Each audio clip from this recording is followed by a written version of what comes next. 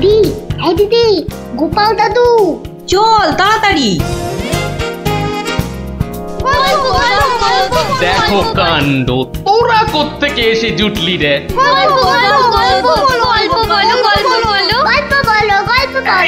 এই দেখো দেখো, আস্তে আস্তে আস্তে, আরে ধুতি খুলে যাবে রে, ধুতি খুলে যাবে। দাঁড়া দাঁড়া, ওরে রে, আমি এখন রাজসভায় যাচ্ছি, পরে এসে তোদের গল্প বলবো। এই দেখো, গল্প না বললে আমরা তোমাকে রাজসভায় যেতেই দেব না। ঠিক ঠিক, গল্প বলো, গল্প বলো। আচ্ছা আচ্ছা আচ্ছা, বেশ, চল ওই গাছতলাটায় গিয়ে বসি। আয় আয় আয়, নাও এবার শুরু করো। শোন তো, তোরা তো ওই মুর্শিদাবাদের নবাবের কথা শুনেছিস? হ্যাঁ, এক ভীষণ খামখেয়ালি লোক, বুঝলি। হঠাৎ হঠাৎ তার মাথায় অদ্ভুত সব খেয়াল চাপে, আর তার জন্য মাথা খারাপ হয়ে যায় আমাদের মহারাজ ওই কৃষ্ণচন্দ্র। তো সেবার হলো কি,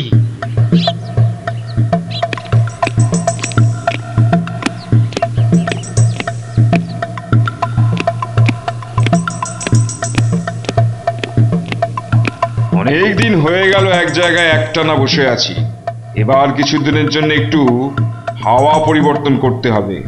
হুজুর জি আগে হুজুর, আমাকে কিছু বলবেন? মুর্শিদাবাদে অনেক দিন হলো পড়ে আছি, এবার আমি বেড়াতে বেরোবো, তার সাথে একটু শিকার করলে মন্দ হয় না। তুমি আমার যাওয়ার আয়োজন করো। আপনি কোথায় যাবার জন্য ইচ্ছা প্রকাশ করেন জাহাপানা? কাছাকাছি এমন কোথাও যেখানকার পরিবেশ চৌস্ত হবে আর শিকারেরও বন্দোবস্ত করা যেতে পারে, এমন কোন জায়গা হদিশ আছে তোমার কাছে? এমন একটা জায়গা আছে বটে, আর সেটা আপনার পরিচিত জায়গা। আমার পরিচিত জায়গা? কোন সে জায়গা? কেন হুজুর, আপনি মহারাজ কৃষ্ণচন্দ্রের কথা ভুলে গেলেন? কৃষ্ণচন্দ্র? হ্যাঁ হ্যাঁ, তিনি তো আপনাকে বারবারই সেখানে যেতে বলেছেন। ওখানকার পরিবেশও অত্যন্ত ভালো, আর কাছে পিঠে বন জঙ্গলও আছে। আপনার মনোবাসনা সেখানে সহজেই পূরণ হবে হুজুর। ঠিক বলেছো হুজি, ঠিক বলেছো। তুমি এখনই কৃষ্ণচন্দ্রকে সংবাদ পাঠিয়ে দাও যে আমি ওর রাজ্যে কিছুদিনের মধ্যেই ছাউনি ফেলবো। তিনি যেন আমাকে অভ্যর্থনা করার জন্য প্রস্তুত থাকেন। যাও।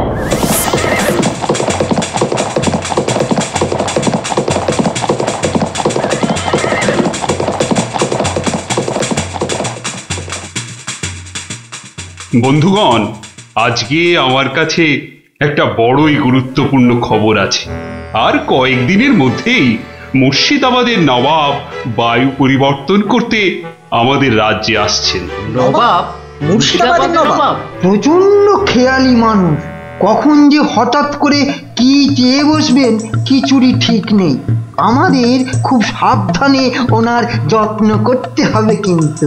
হ্যাঁ, তাছাড়া উনি রাজসভায় আসবেন না, রাজধানীর উত্তর দিকে যে বিশাল অরণ্য আছে তার পাশে ছাউনি ফেলবেন, আর শিকারও করবেন।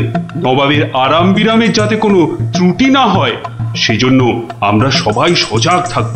আমি নিজে সব ব্যবস্থার তদারকি করব। আমোদ প্রমোদ, ভালো ভালো খাবার, সব কিছুর ব্যবস্থা রাখতে হবে। মহারাজ, খাবারের কথাই যখন উঠলো তখন একটা কথা জিজ্ঞাসা না করে পারছি না। ওহ, আবার কি কথা? বলে ফেলো, বলে ফেলো। মহারাজ, নবাব সাধারণত গোমাংসই খুবই পছন্দ করেন, কিন্তু এটা তো হিন্দু রাজ্য, এখানে গোমাংস তো পাওয়াও যাবে না। কিন্তু নবাব যদি জেদ ধরেন। খুবই গুরুত্বপূর্ণ প্রশ্ন করেছো মন্ত্রী। সেক্ষেত্রে আমাদের নবাবকে উত্তম রূপে খাসি আর মোরগের মাংস খাইয়ে মন ভরাতে হবে। এছাড়া আর উপায় কি? হ্যাঁ, আর তাতেও উপায় না হলে হাতের কাছেই তো আছে আমাদের কৃষ্ণনগরের বিখ্যাত সরপুরিয়া রাজভোগ। এর সাথে আর গন্ধে নবাব গোমাংসের কথা ভুলেই যাবে। ঠিক বলেছো গোপাল, নবাবের এমন খাতিরদারি করতে হবে যাতে সাপও মরে আর লাঠিও না ভাঙে। তাহলে আপনারা এবার তৈরি হয়ে নিন, আজ থেকেই কাজে লেগে পড়ুন, আর একদম সময় নষ্ট নয়।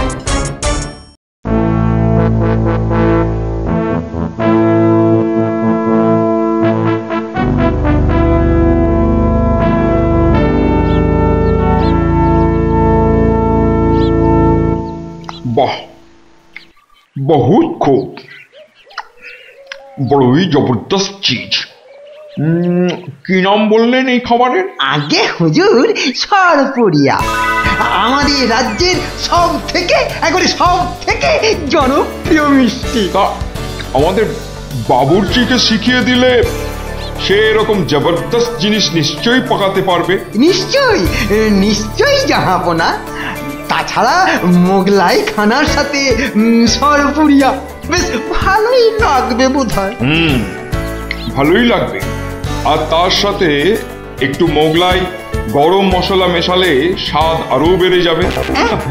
মিষ্টিতে গরম মশলা বাবার জন্মেও শুনিনি। কিছু কি আপনি বলতে চাইছেন? না না না না না না, মানে আপনার ভাবনা খুবই ভালো হুজুর। আমাদের ময়রা আপনার বাবুর্চিকে সব শিখিয়ে দেবে। কি হলো, বাইরে এত গোলমাল কিসের? একবার দেখো তো।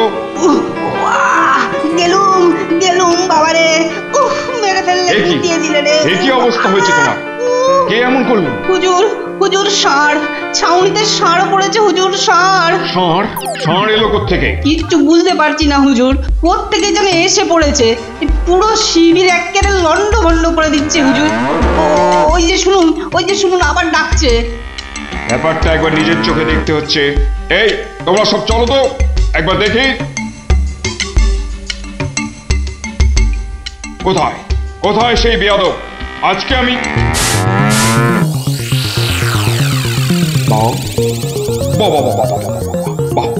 বহুত খুব, কি চমৎকার ষাঁড়, কি নধর দেহ, যেন তেল চুইয়ে পড়ছে। একেবারে জবরদস্ত গোস্ত। হুজুর আমরা সবাই মিলে এখনই ওটাকে তাড়িয়ে দিচ্ছি। এই না, তাড়িও না, इसको पकड़ो। মানে কি সুন্দর শরীর, চমৎকার মাংস হবে। বেটাকে ভালো করে ধর, আর শুনে রাখ, কাল এই ষাঁড়টাকেই জবাই করে আমার খানা পাকানো হবে।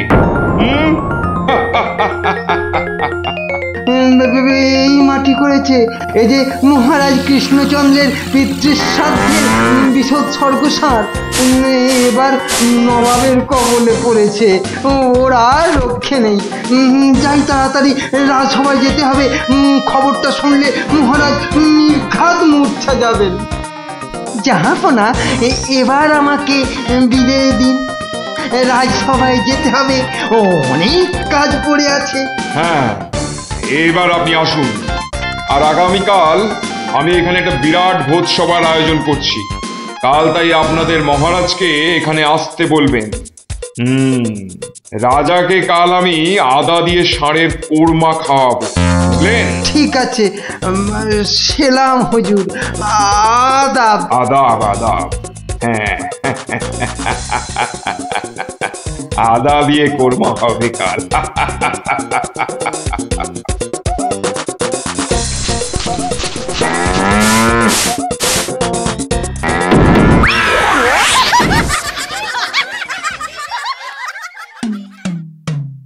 কি কথা শোনালে মহামন্ত্রী? আমি কি চরম ধর্ম সংকটে পড়লাম।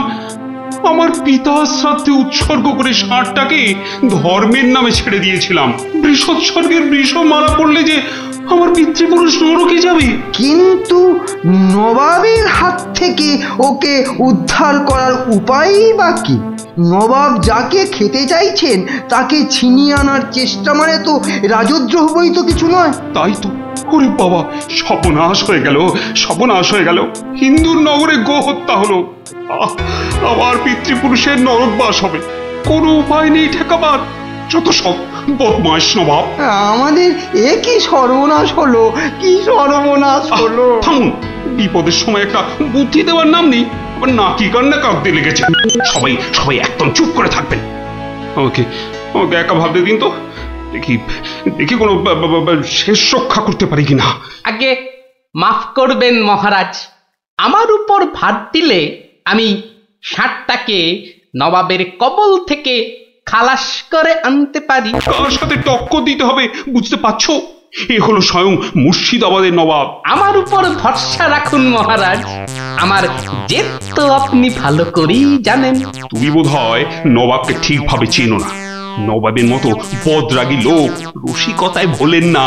আপনাদের নবাবও কিন্তু আমাকে সম্যকভাবে চেনেন না। আপনি বলুন না মহারাজ, আমার দৌড় ওনার জানা আছে কি? তুমি ঠিক কি করতে চাও? আমি তো কিছুই ভেবে কুল পাচ্ছি না। আপনি শুধু একটা ছোট্ট কাজ করুন। ছোট্ট কাজ? ছোট্ট কাজ কিরকম? শুনুন মহারাজ, আর আপনি নবাবের নামে একখানি পত্র পাঠান। আমার কথা বলুন বলুন বলুন বলুন, আপনি আমাকে পাঠাচ্ছেন। তোমাকে পাঠাচ্ছি? কেন কেন? স্রেফ নবাবের মনটা একটু ফুরফুরে করে দেবার জন্য আপনি আমাকে পাঠাচ্ছেন। গোপাল, আমার কিন্তু ভয় করছে। তুমি কাজ হাসিল করতে পারবে তো? ধরে নিন আপনার ষাঁড় আপনি ফেরত পেয়ে গেছেন। দেখুন এবার আপনার গোপালের খেল দেখুন। বেশ, তোমার কথা মতোই কাজ হবে।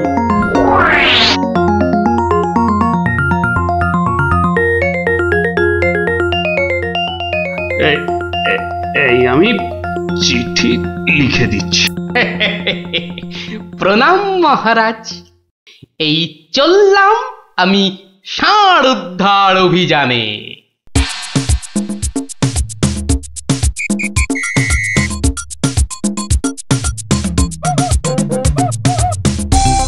সেলাম হুজুর, আপনার চরণে এই দাসের শত কোটি সেলাম।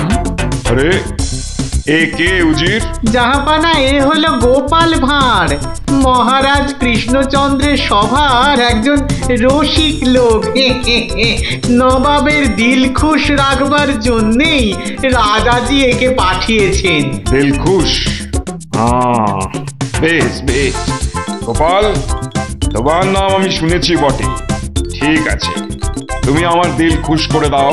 হ্যাঁ, মাফ করবেন জাহাপনা, আমি এসেছিলাম আপনার দিল খুশ করার জন্য, কিন্তু এখানে এসে আমার দিল নাখুশ হয়ে গেল হুজুর। কেন কেন কেন কেন? আমি একটা বিচ্ছিরি দৃশ্য দেখতে পেয়েছি এখানে। ইস, ছ্যা, ছ্যা, ছ্যা, ছ্যা, ছ্যা, ছ্যা, থু, থু, থু, থু, থু, থু। কি দৃশ্য তুমি দেখলে যে এত নফরত? হুজুর, ওই নোংরা ষাঁড়টা কেন আপনার পবিত্র শিবিরে বেঁধে রেখেছেন জাহাপনা? নোংরা বলছো কেন? বেশ তাগড়াই আছে, ভালো গোস্ত হবে। হ্যাঁ হুজুর, খেয়ে ফেলুন, খেয়ে ফেলুন, যত তাড়াতাড়ি পারেন ষাঁড়টাকে খেয়ে ফেলুন। তুমি হিন্দু হয়ে ষাঁড় খাওয়ার কথা বলছো? হুজুর, ওই ষাঁড়টা বড়ই নোংরা। ও যা উৎপাত করে, গোটা দেশের লোক ওর জ্বালায় একেবারে অস্থির হয়ে যায় হুজুর। কে উৎপাত করে? গুটিয়ে দেয়? না হুজুর, তাহলে তো ল্যাটা চুকেই যেত। কিন্তু ওই ষাঁড় যা করে, এই ও আমি মুখে আনতে পারবো না হুজুর।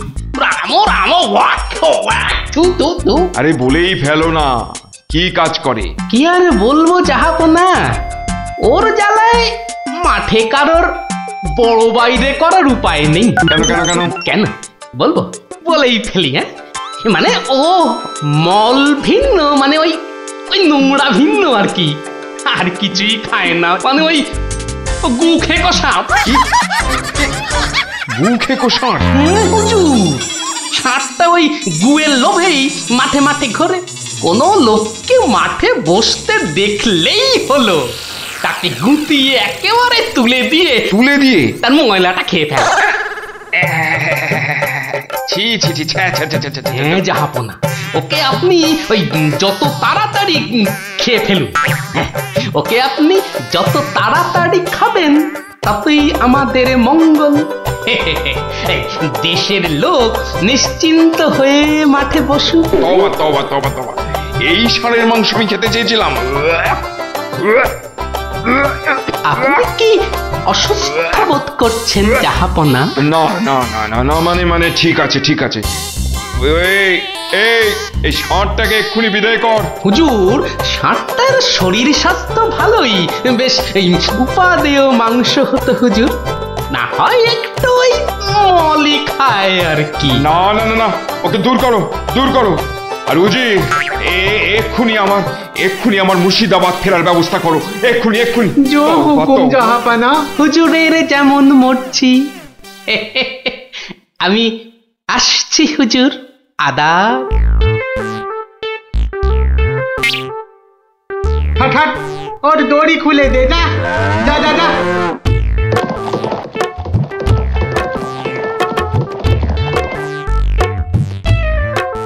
ধন্য ধন্য তুমি গোপাল, চমৎকার চমৎকার। তুই ভাবা যায় না, তুই আজ আমাকে ধর্ম সংকট থেকে বাঁচালে। মন্ত্রী মন্ত্রী, গোপালকে 2000 টাকা পুরস্কার দাও এক্ষুনি। মহারাজের জয় হোক। ব্যাস, নবাব ষাটটাকে ছেড়ে দিয়ে মুর্শিদাবাদ পালালেন, আর আমাদেরও ঘাম দিয়ে জ্বর ছাড়লো। তোরা সব খুশি তো? হ্যাঁ, এবার তাহলে আমি রাজসভায় যাই। কাল কিন্তু আর একটা গল্প বলতে হবে। আচ্ছা বাবা, আচ্ছা, বলবো বলবো।